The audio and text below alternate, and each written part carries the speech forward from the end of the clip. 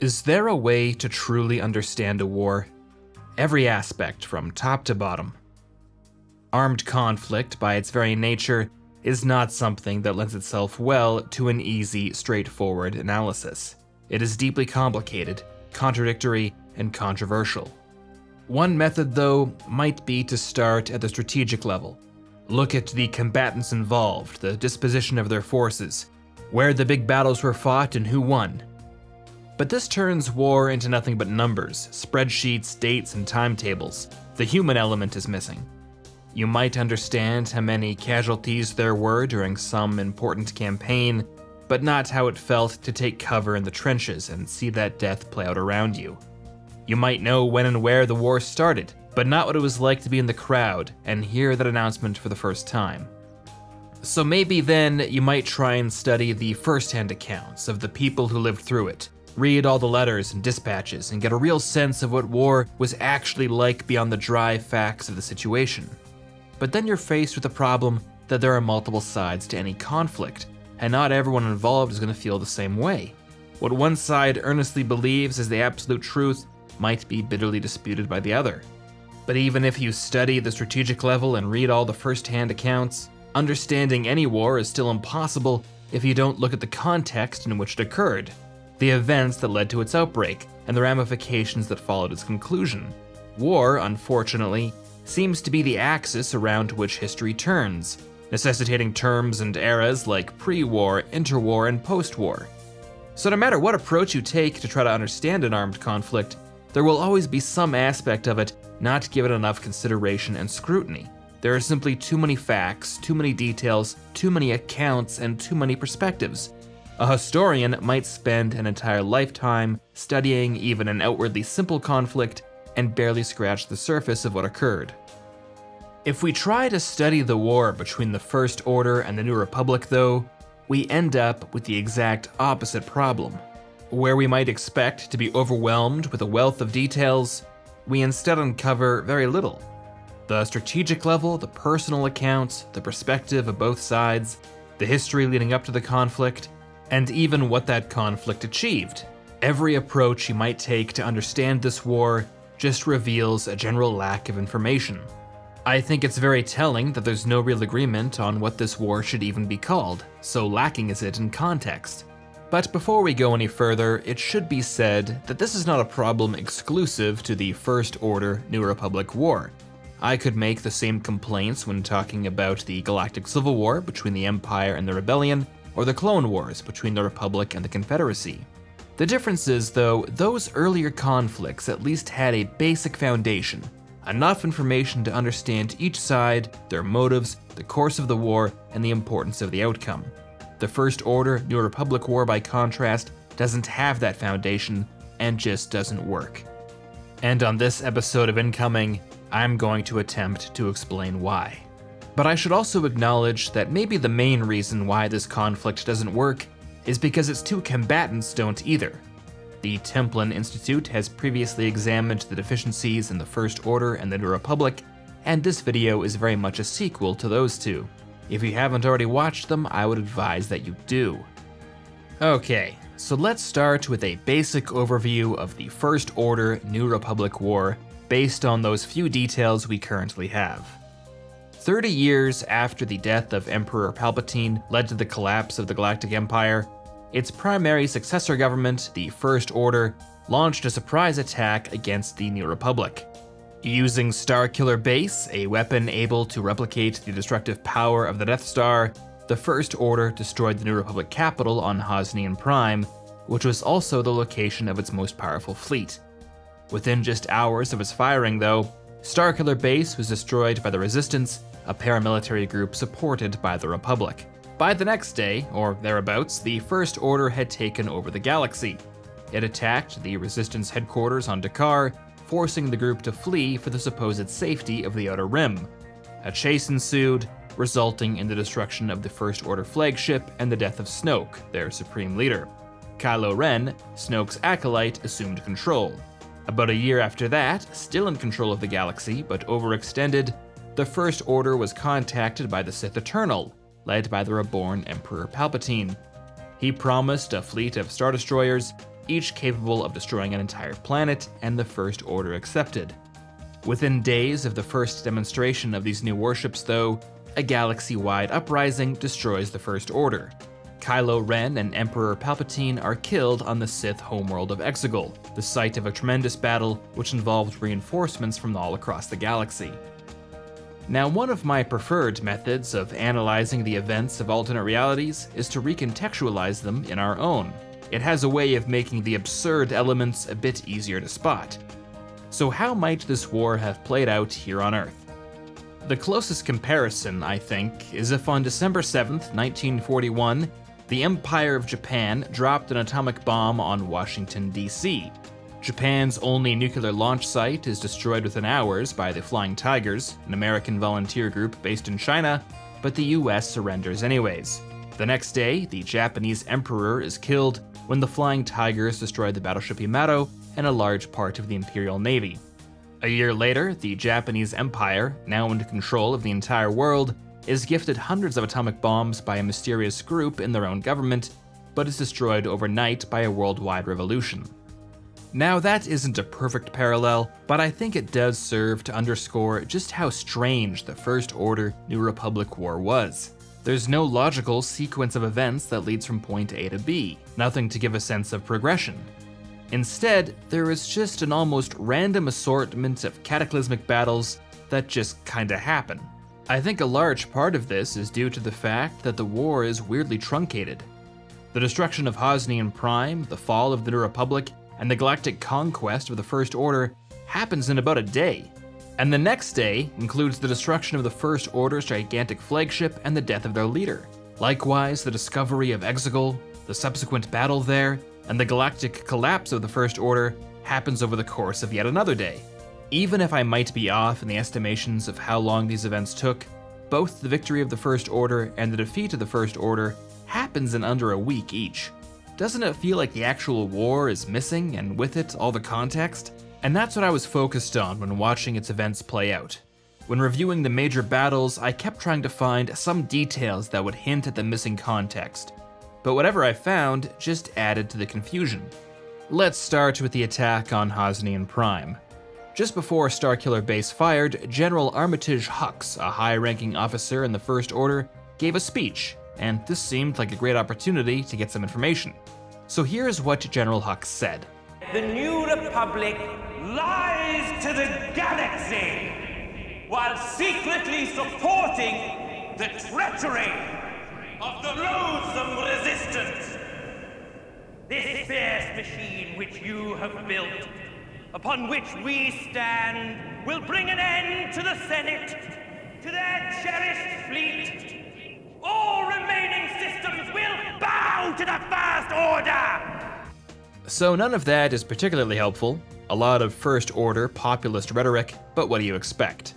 The New Republic lies to the galaxy. About what though? Who knows, it's not really important. A few things stick out though. First, Hux describes the cherished fleet singular. So does this mean that the New Republic only has one fleet and it's all currently orbiting Hosnian Prime? That doesn't make a lot of sense. No matter how demilitarized the New Republic is, you'd expect their navy would be scattered across the galaxy, conducting patrols and such. Okay, so that's kinda weird, but Hux also says all remaining systems will bow to the First Order. This to me implies that the First Order has already conquered some star systems. But how did they do this? It's hard to know if these are just some throwaway lines used by Hux or critical details concerning the state of the galaxy. But these are the questions that speech leaves me with.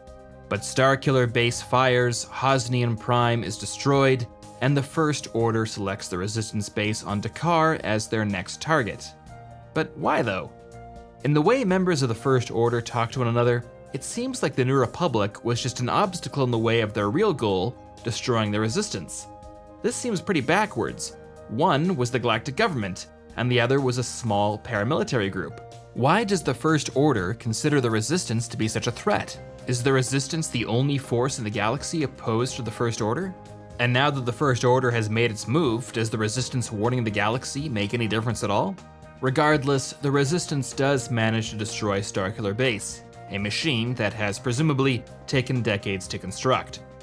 Now, maybe this wasn't a huge deal, as it doesn't seem like Starkiller Base was capable of firing that many shots, needing to drain its own sun as a source of power, but this still has to be a terrible loss for the First Order. So that's the first day, and I'm still left with a bunch of questions. Is that really the end of the Republic?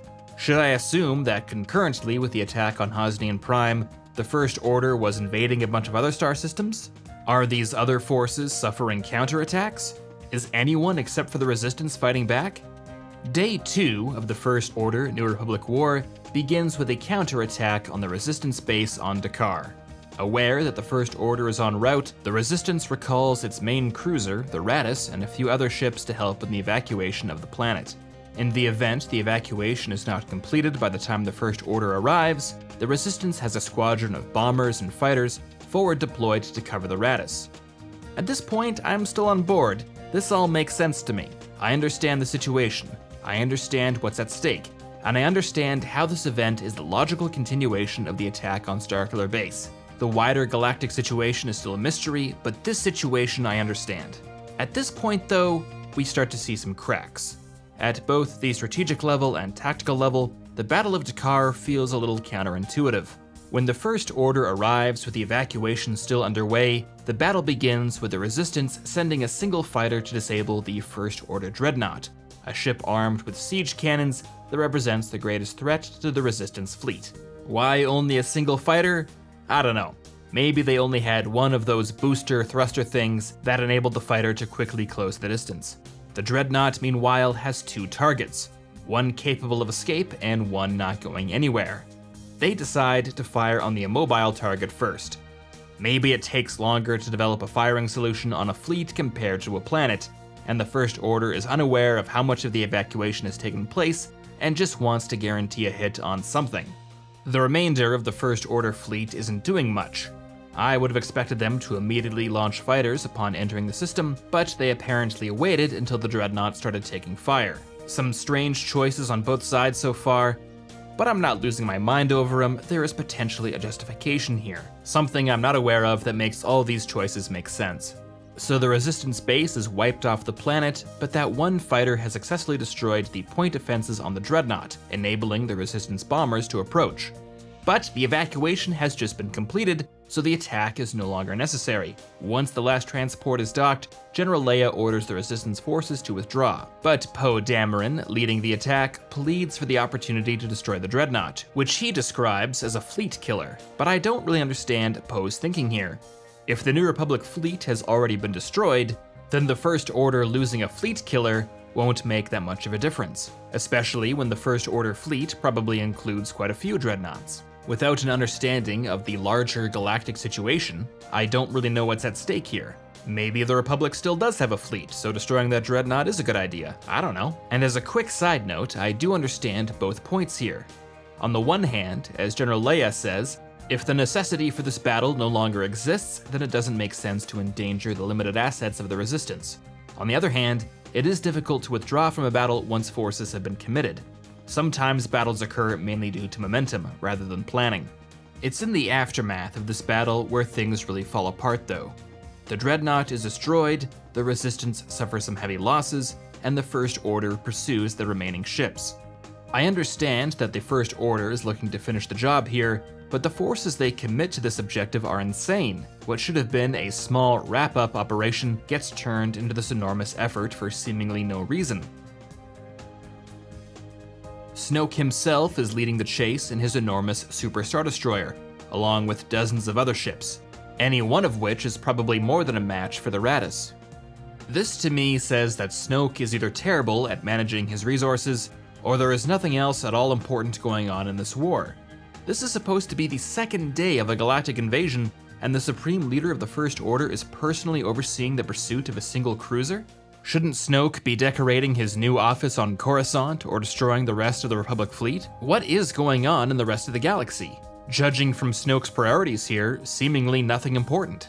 What's again frustrating is that we are given a few glimpses into what's going on out there, of events occurring beyond the limited perspective of the Resistance. The first comes in the form of a transmission from Maz Kanata. Wherever she is, she's under fire, and I assumed that here we go, This was the confirmation I wanted that the First Order was indeed attacking multiple places across the galaxy all at once. Perfect. Except Maz instead says that her current situation is the result of an unrelated union dispute. Maz, what is happening? Union dispute. You do not want to hear about it. This was such a letdown to someone like me, who was desperately trying to figure out what was going on in this war outside of that limited perspective. If she had instead said, "I'd love to help, but the First Order is everywhere, Corellia is about to surrender, Coruscant's in flames, everything is looking grim," it would have added some badly needed context. Without that though, our next chance to see how the First Order New Republic war was affecting the galaxy was on Canto Bight. And this wasn't some backwater out of the loop nowhere, this was a cosmopolitan city with plenty of movers and shakers. Surely, this would provide the opportunity to see how the galaxy was reacting to the destruction of Hosnian Prime, the fall of the Republic, the rise of the First Order, everything. Except again, I'm frustrated because the war doesn't seem to have affected anyone here at all. Everything in Canto Bight appears to be business as usual. One of the biggest events in galactic history has just occurred, and nobody is talking about it. Nobody is watching it play out on TV. It's like it didn't even happen. Normally, I'd chalk this up to some bad luck.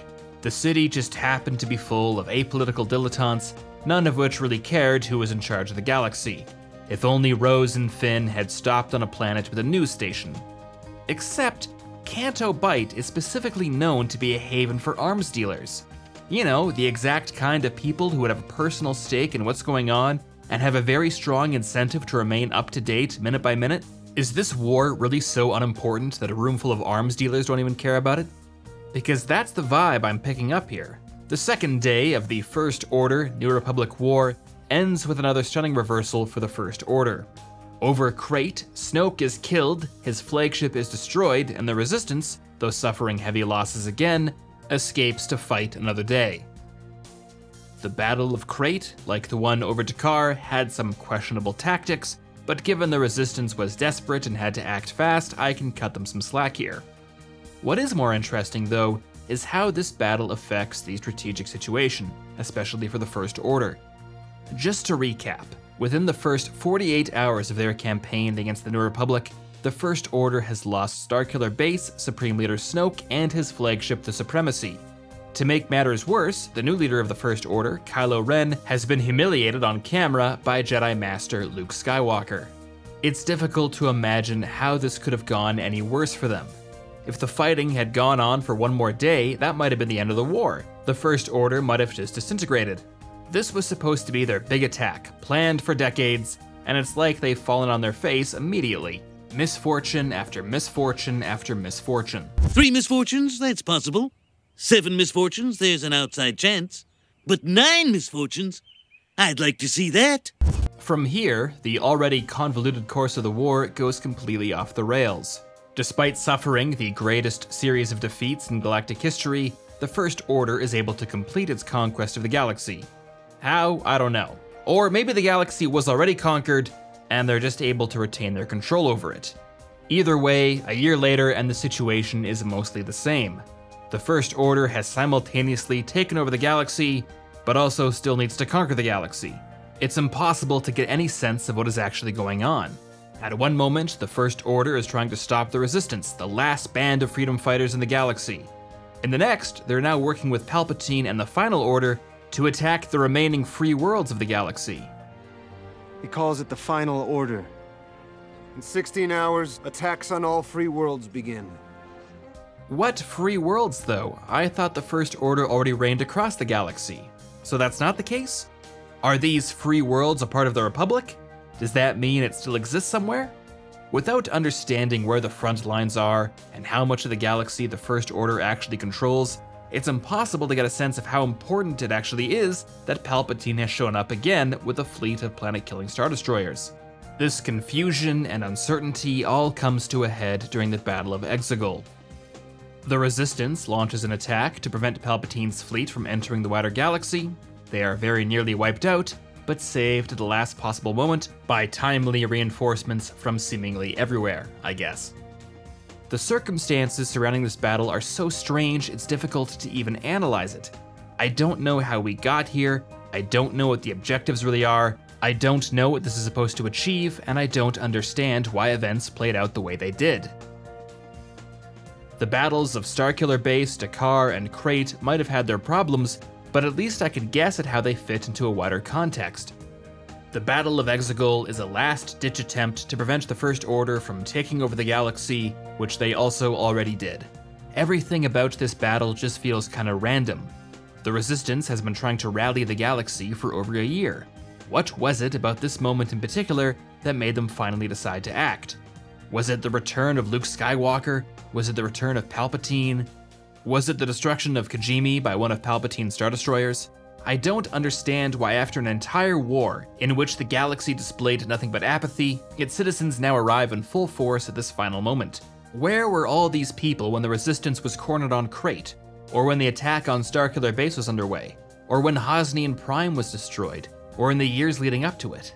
But that's it. The war ends nice and quick, just like how it started.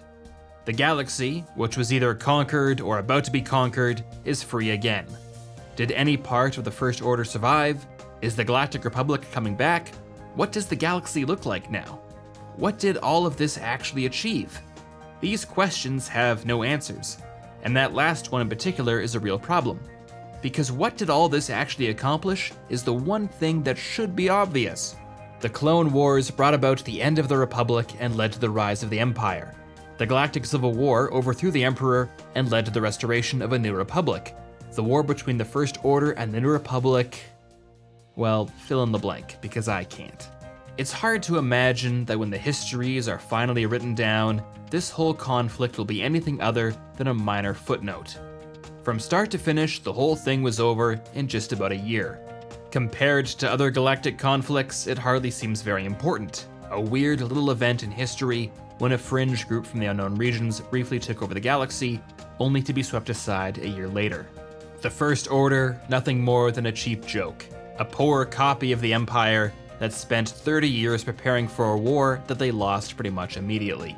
Now, normally, this is where I'd end things, but I'd like to complete an experiment we began about a year ago when we first dissected the First Order. It's easy to criticize, but are we capable of doing any better? On May the 5th, we'll be releasing a follow-up video to this one, where we reimagine the First Order New Republic War as if through science or magic the Templin Institute were somehow able to direct its course. In fact, the countdown to its premiere is already live. You'll find the link in the description. But all of this is just my opinion. And even though this fierce video which I have built, upon which we now stand, will bring an end to every counter-argument, I'd like to hear your thoughts. Do you have any idea what actually happened in the First Order New Republic War? Was the Battle of Exegol a work of tactical brilliance? Did any of this matter? Let me know in the comments below, and until next time, this has been Incoming. In Incoming, the Templin Institute discusses the theories and ideas found across alternate worlds. If you've enjoyed this video and would like to join the Templin Institute, consider pledging to our Patreon page. Along with increased security access, you'll be able to vote in polls to determine future topics, get custom wallpaper every week, and receive some other exclusive rewards.